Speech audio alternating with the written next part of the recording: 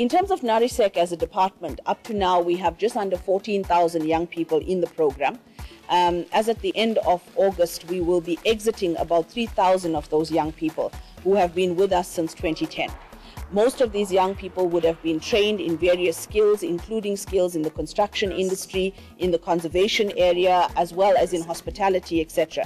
Now, the idea is for us to work with those young people to ensure that as they exit, they are able to actually establish themselves in some kind of business model that will bring benefit to themselves and help them to become job creators, as was the initial plan for NARYSEC.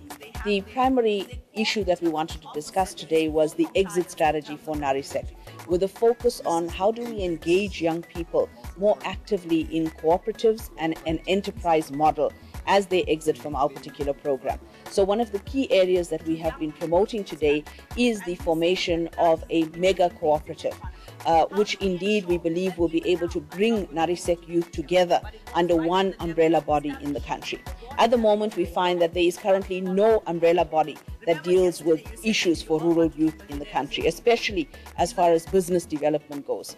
And we really want to encourage the young people, because we can see that the cooperative model will help us on the one hand to deal with the economic issues of the young person themselves, but at the same time benefit the community that they come from. So it will actually help for them to become catalysts of change in the areas that they come from. So the primary areas we've been discussing is how do we establish primary co-ops, how do we support them, how do we deal with the issues of secondary co-op, even as we build up to the level of this mega cooperative. Once they have come to final agreement on the mega co-op, it will be determined by themselves in terms of what do they see this mega co-op doing for them. And one of the things it could do for them is to play an advocacy role in terms of lobbying for them with government and other stakeholders.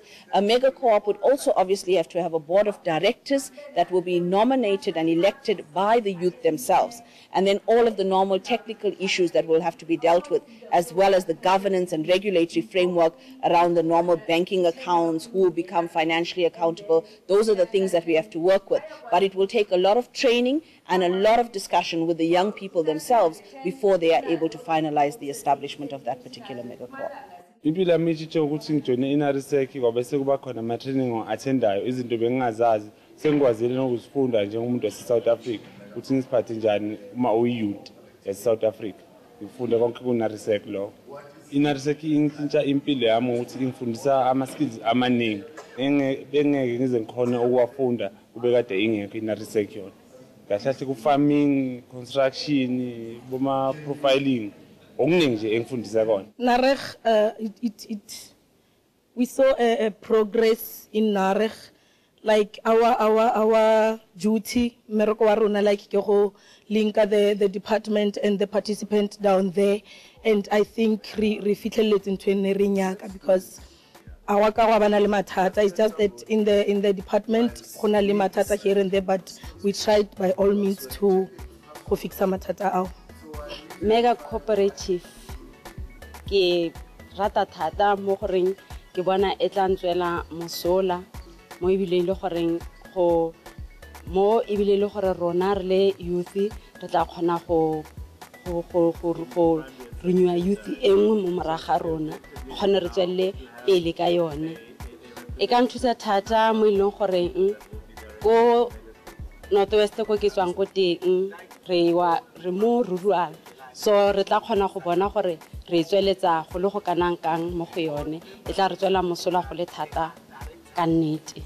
In order for us to ensure that we are able to facilitate the establishment of a mega co-op, remember that no state department can establish a cooperative. It is something that is really where community or individuals come together to work in a particular fashion towards a particular goal. So the idea here is for us to partner with departments like Department of Trade and Industry, the new Ministry of Small Business Development, and then working together with the Department of Defense. And we were lucky enough today to have the Deputy Minister of Defense joining us. And we're going to be also working with your other institutions like your CEDA, your CIDB, etc., as we drive this particular development forward.